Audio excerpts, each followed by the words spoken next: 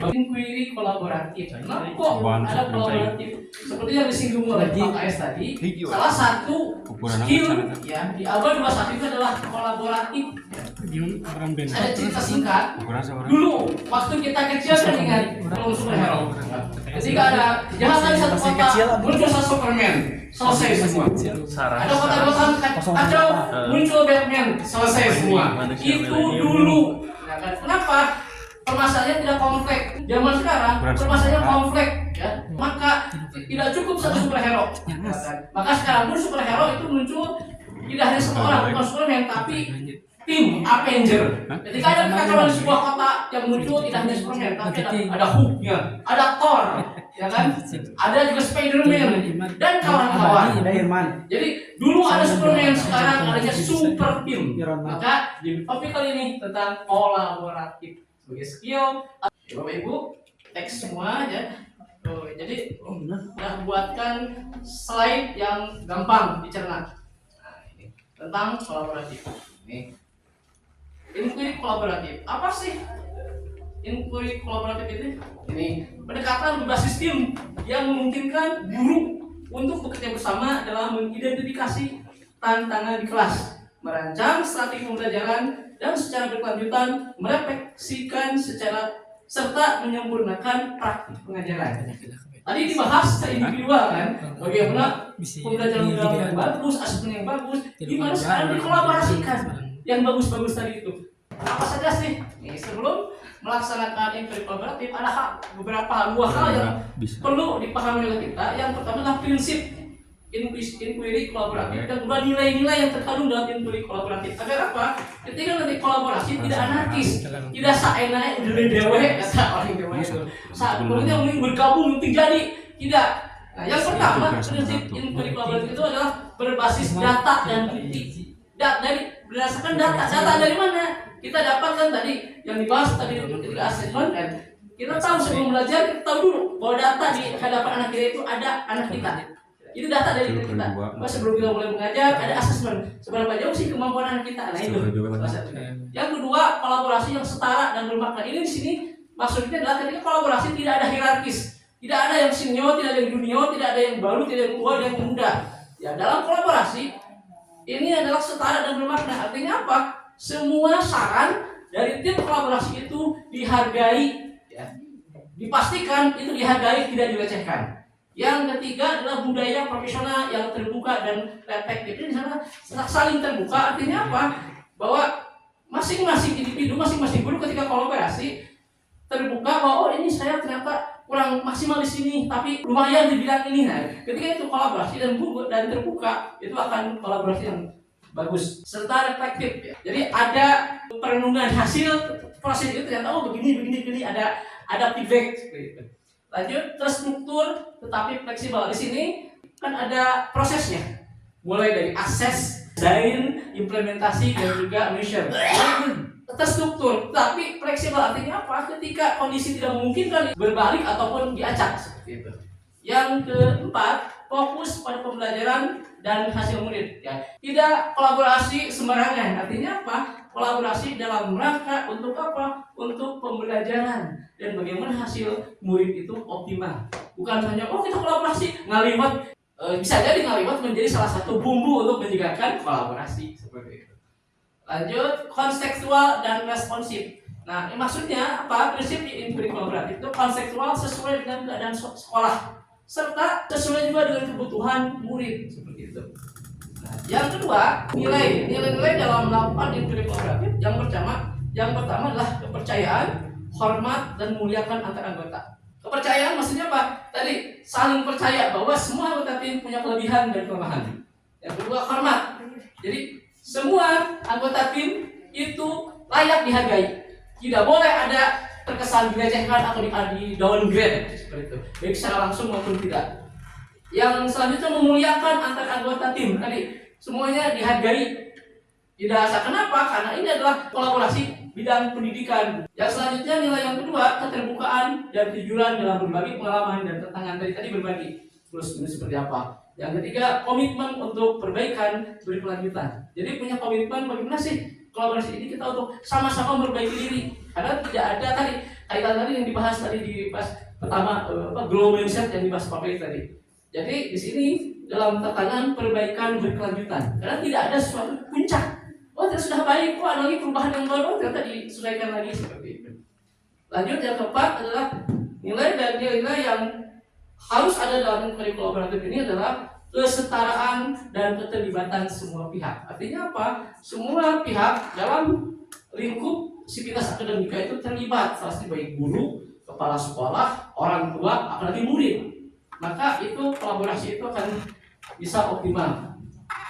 Nah, selanjutnya dari prinsip dan nilai, sekarang siklusnya seperti apa? Yang siklus input kolaboratif itu yang pertama ada assess ya.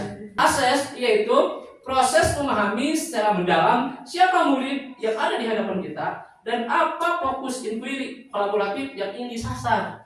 Jadi ketika kita dari kelas, apa sih yang akan kita teliti? Murid kita di depan itu seperti apa? Gitu ya. Yang kedua, setelah kita akses, kita dapat sesuatu dari murid-murid kita, ya, informasi lewat apa? Lewat tadi, ya, lewat asesmen dan lain-lain. Nah, salah satunya kita bisa lihat seperti ini. Dari mana? Nah, di neraka ini lewat asesmen awal, dari hasil asesmen dan evaluasi sebelumnya, dari observasi langsung, dari feedback maupun dari data lingkungan belajar serta hasil ujian sebelumnya. Nah, itu bisa kita dapat data-data itu.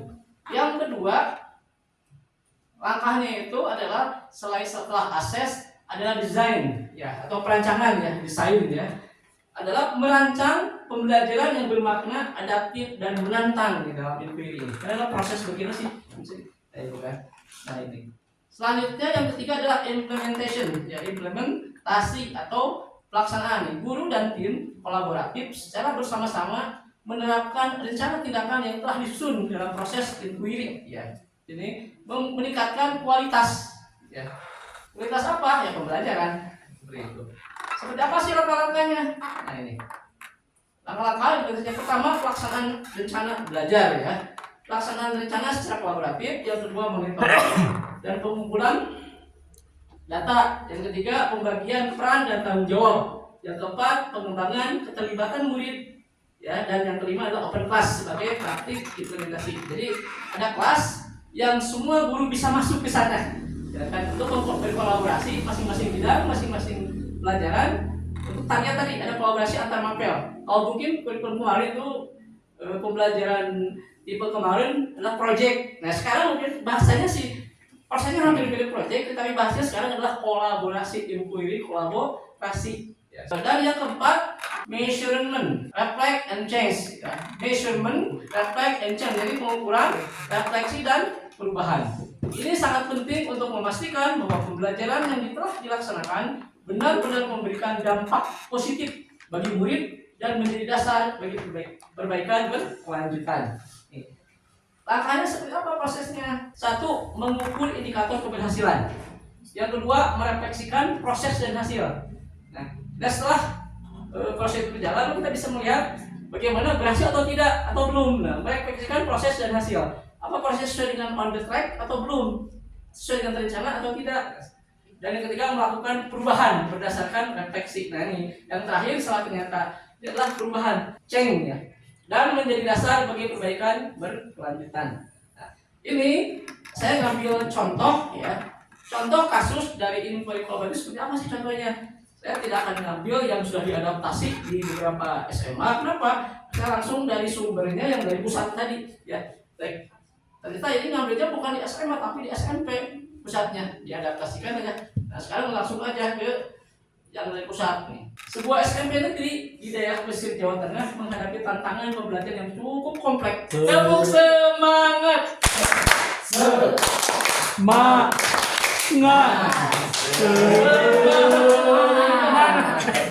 Terima kasih Bapak Ibu guru hebat. Ya, silakan Bapak Ibu kalau ada pertanyaan tentang inquiry kolaboratif. Jadi kolaboratif ini diperlukan tepat pada tantangannya sudah berbeda dengan zaman dulu. Tidak perlu kolaborasi, yang penting mah bagus sendiri. Ternyata di lapangan orang yang sangat pintar tidak menjamin kesuksesan ketika tidak berkolaborasi. Tidak ada ya? Tidak.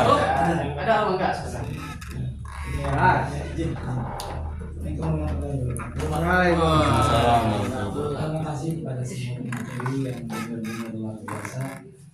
Ini ada hubungannya dengan visi misi kita Al-Maksum. Kita bertujuan untuk mencetak generasi Qur'ani. Tentunya untuk mencetak generasi Qur'ani di mana kita itu ada pesantren, juga sekolah ya. Dan juga ada mapel-mapel yang agama dan umum.